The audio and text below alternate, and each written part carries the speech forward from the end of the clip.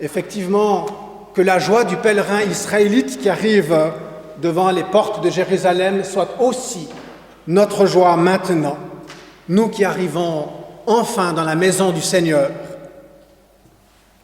Que la paix de Dieu habite pleinement en toi, que la vie du ressuscité te relève avec douceur, que le souffle de l'Esprit gonfle les voiles de ton espérance. Amen.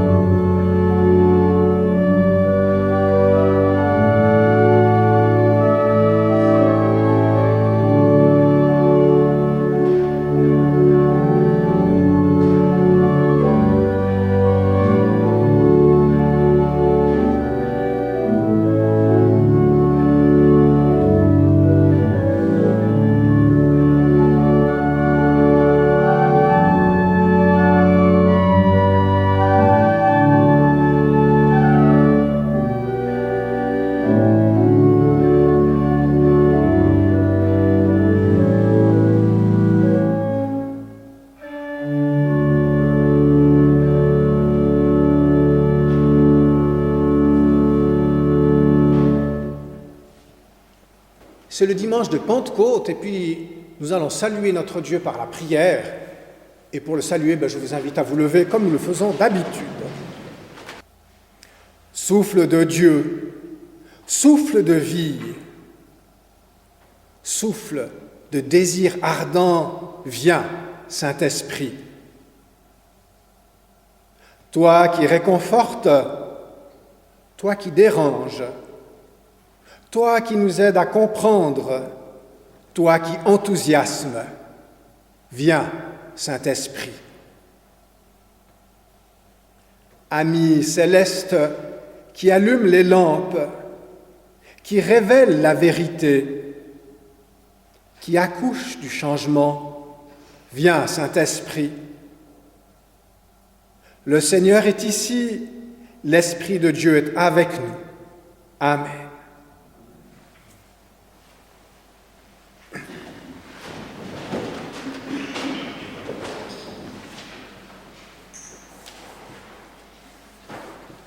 Nous nous retrouvons, probablement que plusieurs d'entre vous ont déjà eu des échanges entre eux pendant ce confinement, mais comment est-ce qu'on arrive ici? Qu'est-ce qu'on a charrié, ou qu'est-ce qu'on charrie ici, jusqu'ici, avec ce qu'on a vécu durant tout ce temps-là? On a envie de le savoir, d'habitude, on discute dans l'allée, et puis ça papote, et puis comment ça va, qu'est-ce qui s'est passé, et puis ta santé, et puis tes enfants, et ton jardin, enfin, on prend des nouvelles d'un petit peu tout. Et là, ça n'a pas tellement été possible, ça sera peut-être possible à la sortie, mais c'est quand même un peu compliqué.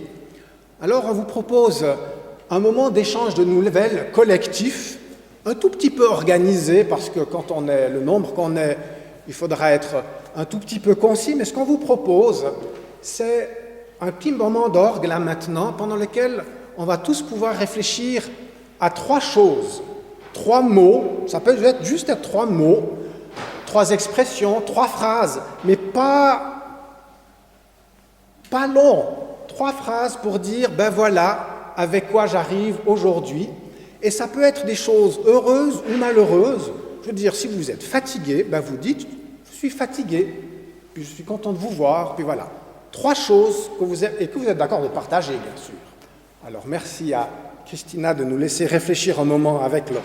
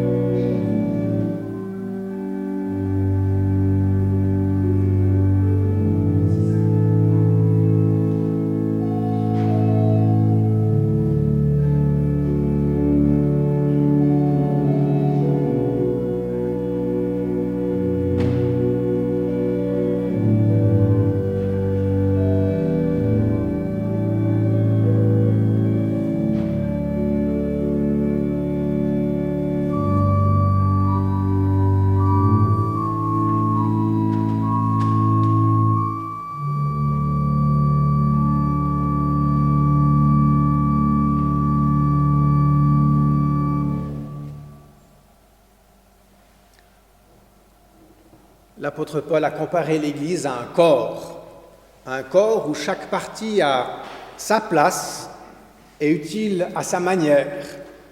Et dans ce texte, il souligne que le corps est un organisme qui fonctionne, mais aussi un corps qui est solidaire, en communion. Et il dit cette phrase que j'aimerais qu'on ait en mémoire maintenant: si un membre souffre, tous les membres partagent sa souffrance. Si un membre est glorifié, tous les membres partagent sa joie. Alors c'est dans cet état d'esprit que je vous invite à partager ces 3 nouvelles. Puis je vais me permettre de commencer. Moi, j'ai été très stimulé pendant cette période. J'ai été remis en question et puis je suis fatigué. À vous la parole, levez peut-être la main, comme ça je vous donne. Et puis, tu as entendu nos mots, des éclats de lumière, des larmes de tristesse. C'est nous, c'est notre vie mélangée. Toi le vivant, tu nous comprends. Ton Fils a partagé notre vie, faite de crucifixion et de résurrection. Toi le vivant qui surpasse tout écueil, qui conduit toute vie à la résurrection, viens affermir ta vie en nous. Amen.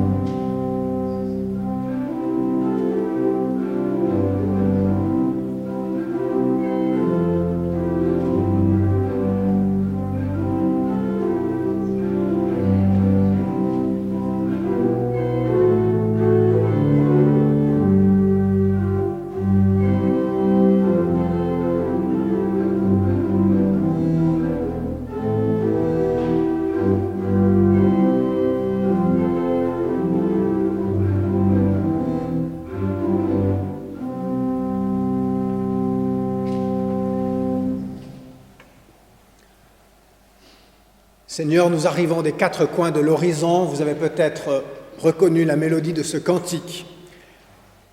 Christina s'excuse là, mais il y a des notes qui font des petits grésillements ou qui sont coincées. Enfin, c'est l'orgue, c'est pas tellement elle qui met de la mauvaise volonté.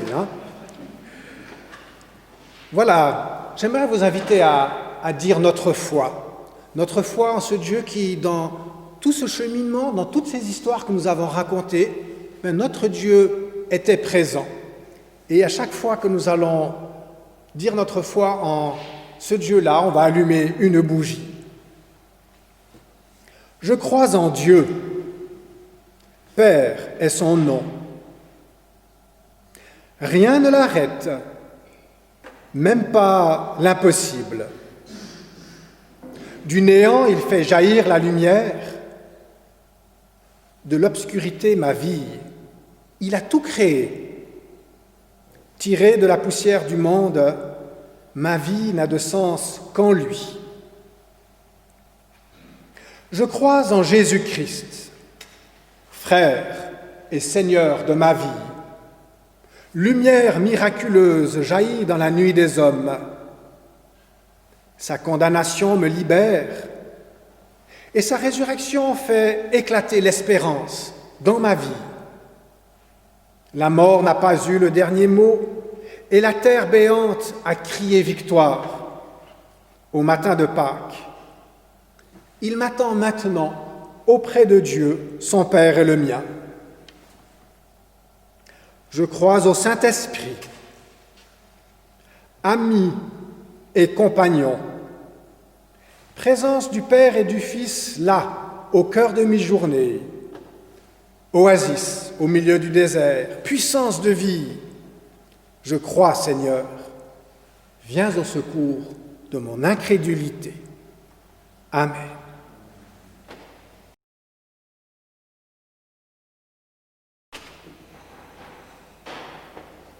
Quelle joie de vous voir ce matin. Nous sortons tout juste d'hibernation. Nous sommes un peu comme ces animaux qui sont encore tout groggy de n'avoir pas pu bouger pendant une longue période et qui sortent de leur grotte ou de leur trou. Si parmi vous, certaines personnes s'estiment avoir été chanceuses dans ce contexte, nous savons que, comme les ours, certains de nos concitoyens sortent affamés, la faim et peut-être même la peur au ventre, car le confinement les a durement éprouvés. Alors oui, nous arrivons des quatre coins de l'horizon avec nos histoires, nos joies et puis nos peines. Nous venons nous réjouir de nous retrouver ici pour Pentecôte. Les règles assouplies nous permettent de nous rassembler à l'Église. Comme autrefois, les Juifs pieux convergeaient à Jérusalem pour Pentecôte, venant de toute la surface de la terre connue, et pour certains de très très loin. Ils ne parlaient pas tous la même langue, ils ne se comprenaient pas, mais ils venaient faire des offrandes, des sacrifices pour montrer leur foi au Seigneur leur Dieu. Ce mouvement, cette foi qui les habitait, est pour moi comme un miroir à celui de Babel dans l'Ancien Testament. Les habitants de la terre, tous unis par une même langue, de mêmes mots, au même endroit, ils choisissent de trouver un lieu pour construire une haute tour. Leur but, se faire un nom et atteindre le ciel. Mais pourquoi ? Par quoi ces hommes étaient-ils habités ? Alors ce matin, je vous invite à écouter les textes d'aujourd'hui en essayant de déceler ces mouvements, ces états d'esprit en opposition l'un de l'autre, Babel et Pentecôte. Seigneur, au moment d'ouvrir la Bible pour y lire ta parole, ouvre nos esprits à l'écoute de cette parole, la tienne, et nourris-nous, habite-nous. Amen. Nous lisons dans la Genèse au chapitre 11, des versets 1 à 9. Tous les habitants de la terre avaient la même langue et les mêmes mots. Partis de l'est, ils trouvent une plaine au sud de la Mésopotamie et ils s'installent là. Ils se disent entre eux, « Faisons des briques et cuisons-les au feu. » Les briques leur servent de pierre et le bitume leur sert de ciment. Puis ils disent, « Allons, construisons une ville et une tour aussi haute que le ciel. Ainsi, nous nous ferons un nom et nous pourrons rester tous ensemble. » Mais le Seigneur descendit du ciel pour voir la ville et la tour que les êtres humains construisaient. Après quoi, le Seigneur se dit, « Ils forment tous un seul peuple et ils parlent la même langue. Et ce n'est là que le commencement. Rien ne pourra plus les retenir de faire tout ce qu'ils veulent. Allons, descendons mélanger leur langage afin qu'ils ne se comprennent plus les uns les autres. » Le Seigneur les éparpilla de là, un peu partout sur la surface de la terre. Ils cessèrent de construire la ville. C'est pourquoi on l'a appelée Babel. En effet, c'est là que le Seigneur a mélangé le langage des habitants de la terre. Et c'est à partir de là qu'il les a dispersés un peu partout sur la surface de la terre entière.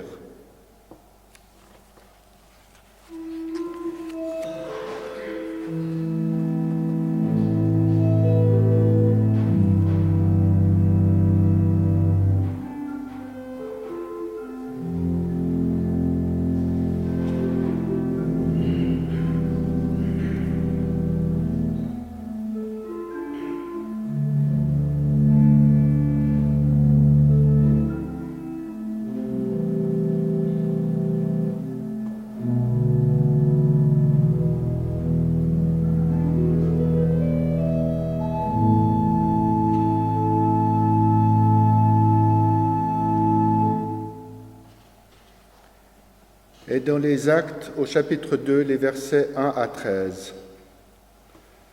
Quand arriva le jour de la Pentecôte, les croyants étaient réunis tous ensemble au même endroit. Tout à coup, un bruit vient du ciel, comme le souffle d'un violent coup de vent qui remplit toute la maison où ils étaient assis. Alors il leur apparut comme des langues de feu se divisant et se posant sur chacun d'eux. Et tous furent remplis de l'Esprit Saint, et ils se mirent à parler d'autres langues selon ce que l'Esprit leur donnait d'exprimer. Or, vivaient à Jérusalem des Juifs pieux venant de toutes les nations qui sont sous le ciel. Quand ils entendent ce bruit, ils se rassemblent en foule. Ils sont confus, parce que chacun les entend parler dans sa propre langue. Ils sont très étonnés et pleins d'admiration. Ils disent « Tous ces gens qui parlent ne sont-ils pas des Galiléens ? Alors, comment chacun de nous peut-il les entendre parler dans sa langue maternelle ? Venant de Parthe, Mèdes, Élamites, habitants de Mésopotamie, de Judée, de Cappadocie, du Pont, d'Asie, de Phrygie, de Pamphylie, d'Égypte, de Libye cyrénaïque, citoyens romains, juifs et convertis, crétois et arabes, nous les entendons dire dans notre langue les œuvres grandioses de Dieu. Tous étaient stupéfaits et ne savaient pas quoi penser. Ils se disent entre eux, « Qu'est-ce que cela veut dire ?» Mais d'autres se moquaient des croyants en disant, « Ils sont pleins de vin doux. » Parole du Seigneur.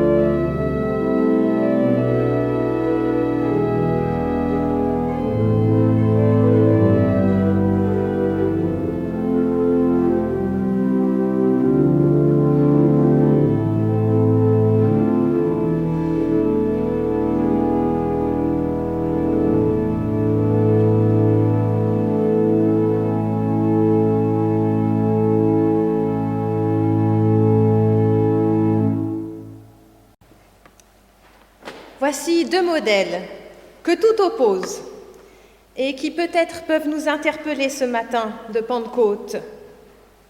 D'un côté, les habitants de la terre qui décident de construire une tour pour rejoindre le ciel, devenir célèbres, rejoindre la place de Dieu et pourquoi pas la lui prendre. En tout cas, ils croient qu'ils maîtrisent et contrôlent tout et que rien ne peut les arrêter. Sauf que Dieu descend, comme quoi la tour n'était pas si haute. Et surprise, tout est confus, brouillé. Ils ne peuvent plus travailler ensemble. Le chantier est arrêté. De l'autre côté, à Pentecôte, le petit groupe des croyants de Jésus est en retrait du monde. Ils se rassemblent pour se rassurer, se serrer les coudes. Comment agir maintenant que Jésus est monté au ciel ? Quand surprise, tout à coup, un vent souffle, une flamme se partage et les habite d'un esprit nouveau. L'esprit de Pentecôte les anime, les met en route, les nourrit. Il va leur permettre à eux, de simples gens, sans éducation, sans outils, de rejoindre ceux qui sont restés dehors, ceux qui sont dehors à Jérusalem, ceux qui viennent de partout, qui ne parlent pas la même langue. L'Esprit va leur permettre d'accomplir des choses étonnantes que eux n'auraient même pas imaginé faire. Nous voici à Pentecôte. Nous sommes un petit groupe rassemblés. Nous ne nous serrons pas les uns contre les autres. On n'a pas vraiment le droit. Et pourtant, nous aurions certainement envie de nous prendre dans les bras les uns des autres pour dire notre joie de se retrouver ensemble là, aujourd'hui. Nous prenons un nouveau départ après cette expérience confinée. Mais quel départ prendre ? Quel état d'esprit nous anime ce matin ? et pour les prochains jours? Sommes-nous prêts à laisser l'Esprit souffler sur nos vies, ouvrir grand nos portes, habiter nos maisons et nous jeter dehors vers nos prochains? Qu'est-ce qui me nourrit? Qu'est-ce qui nous nourrit? Qu'est-ce qui vous nourrit? Lors du confinement, nous avons cherché à rester en lien grâce à nos téléphones smartphones et aux autres ordinateurs. Il y a des grands-parents qui ont lu des histoires à leurs petits-enfants malgré les kilomètres. Des classes ont aussi eu lieu par écran interposé. Nous avons pu travailler à distance, faire des colloques et même des prières à 50 personnes ou plus derrière nos écrans. Oui, la technologie a eu du bon. C'est un très bel outil. Mais c'est un outil. Elle aide, elle ne résout pas tout. Pouvoir communiquer plus facilement, c'est vraiment fantastique, mais ne pas pouvoir se toucher, s'embrasser, se câliner, c'est invivable à long terme, c'est déprimant. Recevoir une vidéo de la paroisse vous rend visite, c'est bien pour avoir une parenthèse méditative de prière, mais ça n'est pas vraiment comme se retrouver les uns les autres, entre paroissiens, au culte, au caté, au groupe des anciens, des aînés, pardon. Excusez-moi. Et puis, la technologie a des aspects franchement négatifs. On l'a vu tout à l'heure, ça peut nous envahir. C'est un facilitateur de communication, mais elle peut nous couper du monde, surtout si on devient accro aux écrans. Et puis, elle laisse des personnes sur le bord du chemin, car tout le monde n'a pas un smartphone ou Internet. Et même en Suisse, tout le monde n'a pas forcément les moyens financiers pour ça. Tout le monde ne sait pas ou ne peut pas utiliser les technologies de communication. Voilà, toute technologie a un aspect positif et un aspect négatif, et c'est valable pour toutes les technologies. Si nous mettons notre foi dans la technologie, si nous croyons qu'elle permet de maîtriser la vie, qu'elle va nous permettre de tout résoudre, on se trompe. Ce qui me nourrit, ce n'est pas un médicament, un livre, un satellite ou une vidéo, ce n'est pas la technologie. C'est le fait que je suis en lien personnel, plus ou moins intime avec des gens, que j'apprends à connaître chaque jour, qui me font grandir, qui m'interpellent sur ma façon de vivre, qui m'interpellent aussi par leur façon de vivre. Ce qui me nourrit, c'est d'être dans le monde, de risquer d'être au monde, de ressentir des émotions, des joies ou même des peines, de ressentir du plaisir et même de la douleur. Ce qui me nourrit, c'est de pouvoir partager, déposer, soutenir, être soutenu. Et cela ne peut se faire que les mains dans la pâte humaine, les pieds sur terre. C'est être ensemble qui nous nourrit. Mais pourquoi être ensemble ? Qu'est-ce qui me motive, qui me pousse à être ensemble ? Si nous observons les deux textes, nous pouvons opposer deux manières d'être ensemble. L'une pour la reconnaissance et la gloire personnelle, et l'autre pour être à Dieu, en relation à Dieu, agir pour et par Dieu. Les gens de Babel désirent ardemment rejoindre le ciel pour se faire un nom. En somme, ils voudraient devenir les égaux de Dieu, être aussi grands et puissants que lui, ne pas disparaître comme poussière dispersée sur toute la surface de la terre, et peut-être même espèrent-ils ne pas mourir. Nous aimons certes être connus et reconnus. Aujourd'hui, cela passe beaucoup par le fait d'exister sur des réseaux sociaux, sur Internet, dans des journaux télévisés. Mais j'ai parfois le sentiment que notre société se croit invincible grâce au progrès technique. En même temps, il y a la peur inconsciente de n'avoir été que poussière. Dans cette multitude en manque de reconnaissance, il y a peu de chances qu'il reste un nom de ces stars du monde virtuel. Je ne suis qu'un grain de poussière humaine, dans une fraction de seconde du monde. Mais qu'est-ce qui me motive à me mettre en route, à mettre quelque chose en route, à agir, me mettre au service de ma communauté, de mon prochain, l'accompagner, l'écouter, le soulager, l'aider, se réjouir avec elle, pleurer avec lui. Il y a de grandes chances que je reste une illustre inconnue. Et en laissant sa place à Dieu, j'essaye de ne laisser personne prendre sa place pour m'imposer ses désirs à mes dépens. J'y gagne la grâce d'être aimée de Dieu, malgré tous mes défauts et mes fragilités. La grâce de voir la vie naître, vulnérable et forte à la fois. La voir grandir, étinceler, se briser, pleurer, s'adapter, surmonter, exulter, partager, aimer. Ces choses qui semblent si petites, si fragiles et qui peuvent être si puissantes. Qu'est-ce qui m'habite lorsque je me mets en mouvement, lorsque je prends une décision? Dans cette étape, au moment où notre monde se remet en marche, après cette période étrange qui nous a donné de prendre du recul sur nos manières de vivre et de faire, nous avons constaté que ce qui nous semblait impossible pouvait être possible, et parfois vice-versa.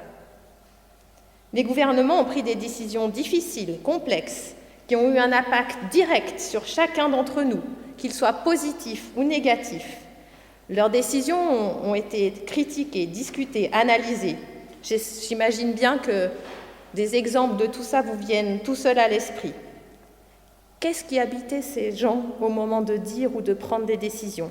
Étaient-ils guidés par l'orgueil, la confiance aveugle en la technologie, le sentiment de maîtrise absolue, la volonté de gagner les prochaines élections, l'envie de montrer leur puissance ou la peur de tout perdre? Ou au contraire, ont-ils pris soin de leurs concitoyens? Ont-ils essayé de laisser la place au doute, à la vulnérabilité, à la patience et même au risque de faire confiance aux autres? À Pentecôte, la foule nombreuse présente à Jérusalem, juifs, païens, convertis, grecs, arabes, s'est étonnée de ces petites gens qui leur parlaient dans leur langue, dans celle qu'ils se comprenaient. Certains se sont moqués. Ils sont pleins de voix hindoues, ils sont ivres, tellement la situation semblait folle, impossible. Et pourtant, le même jour, il y a eu de nombreuses conversions, car être habité par l'Esprit Saint, nous laisser saisir par lui, nous donne l'enthousiasme, l'espérance pour les œuvres de Dieu. Être saisi par l'Esprit Saint nous ouvre à plus grand que ce dont on imagine être capable. Alors voilà, à la sortie du confinement, nous avons le choix entre deux modèles, Babel, Pentecôte. Ne nous laissons pas berner par tout le tout technologique, et nourrissons-nous à la joie d'être ensemble. Ne cherchons pas la gloire éphémère de la célébrité et accueillons la grâce d'être ouverts à l'amour de Dieu. Ne nous enorgueillissons pas de nos petits exploits et laissons-nous envahir, transporter et transformer par le souffle de l'Esprit. Aujourd'hui, j'espère que l'Esprit Saint soufflera, Pentecôte, sur nos vies et celles de nos concitoyens de toute la terre, et qu'il trouvera sa place dans nos cœurs. Amen.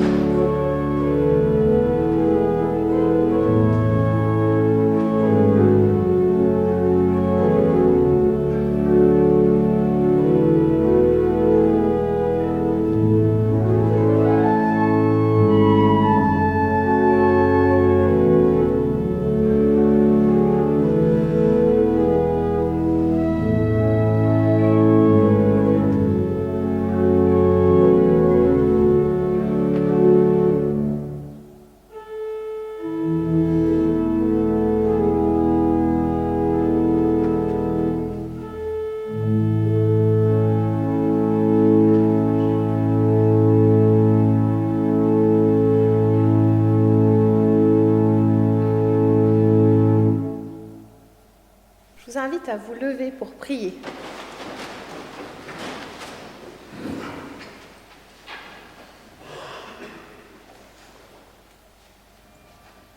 Seigneur, tu sais que nous nous détournons facilement de toi.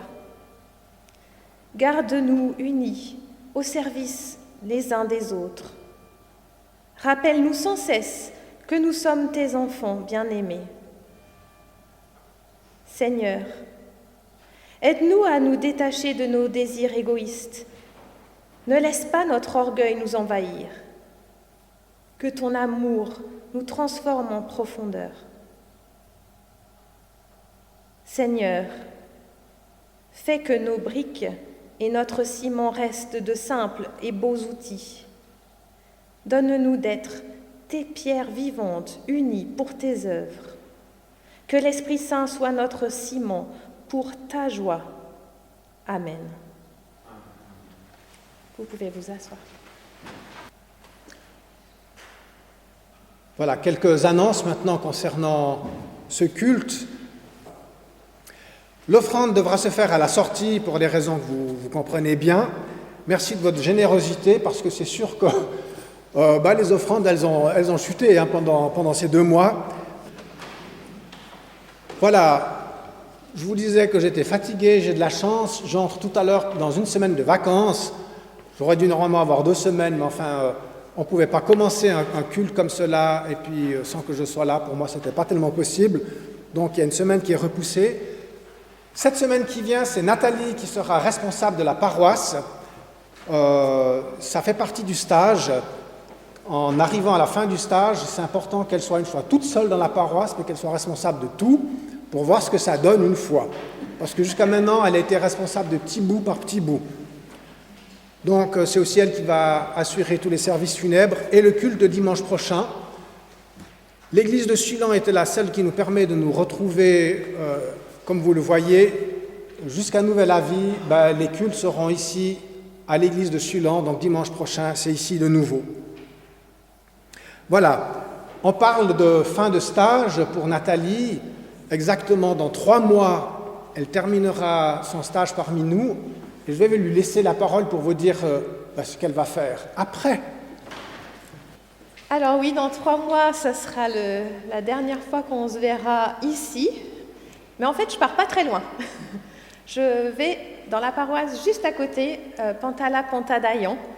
Et du coup, voilà, j'espère que comme nos paroisses travaillent ensemble beaucoup, on sera amenés à se revoir et puis que j'aurai la joie de vous recroiser, que ce soit à l'église ou dans la campagne. Voilà. Et puis je suis très heureuse de ce poste et de cette chance qui m'est offerte de rester pas très loin. Voilà. Et de rester avec mes collègues aussi. Merci beaucoup. Donc voilà une bonne nouvelle. Une autre, c'est celle qui concerne Céline Jaillet, la femme d'Elio, qui termine aussi son stage et qui, elle, ira dans la paroisse de Moudon. Et ma foi, le mari suivra. C'est très bien. Donc Elio aussi est en période de déménagement. Enfin aussi, pas Nathalie, mais voilà. Nous allons terminer ce culte en priant ensemble. Vous le savez, ou en tout cas on essaie de le faire savoir, tous les jours de la semaine, un conseiller de paroisse, un ministre se retrouvait dans une des églises pour prier pour la communauté. Des fois, on nous confiait un prénom, alors on priait pour cette personne-là. On l'a fait avec fidélité et c'est dans cet esprit-là qu'on va prier ensemble maintenant et puis terminer par le Notre Père et puis après par la bénédiction. Alors je vous invite à vous lever si vous le pouvez. Notre Père, nous sommes des milliards sur cette terre, mais dans ta bonté, tu t'intéresses à chacun de nous comme s'il était unique. Notre cœur à nous n'est pas aussi large, Seigneur, mais nous nous faisons du souci pour nos proches, pour nos compagnons de route, de paroisse.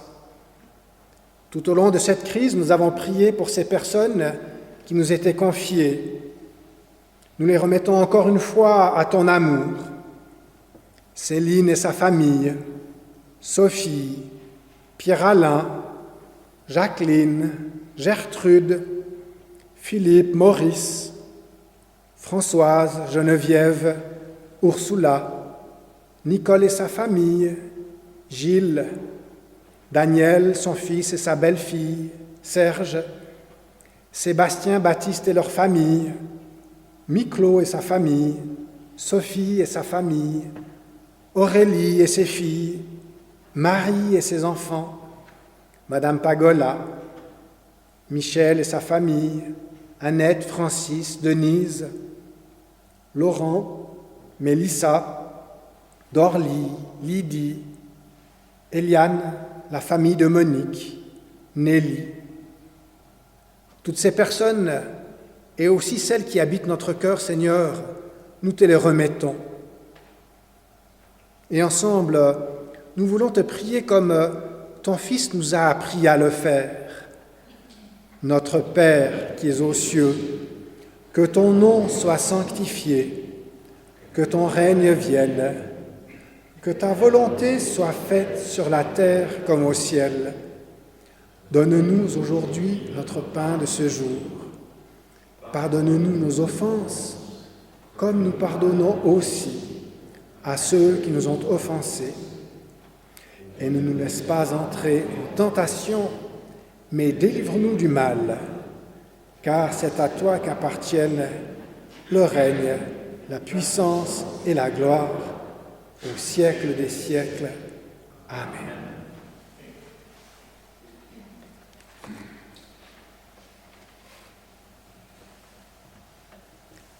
Dans les jours qui viennent, allons avec la ferme conviction que ni la hauteur, ni la profondeur, ni la distance, ni un virus, rien ne saura nous séparer de l'amour de Dieu, cet amour qui a été manifesté en Jésus-Christ.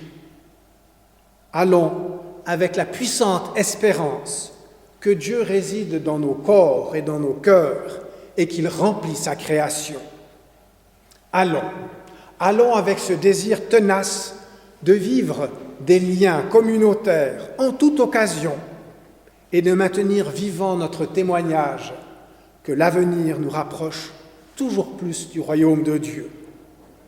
Et que la bénédiction de Dieu repose sur chacune et chacun d'entre nous, que l'amour éternel et infini du Père nous abreuve, que la présence du Christ nous soutienne dans notre quotidien, que le souffle de l'Esprit, aussi tendre que puissant, nous pousse vers plus de vie, de paix et d'espérance.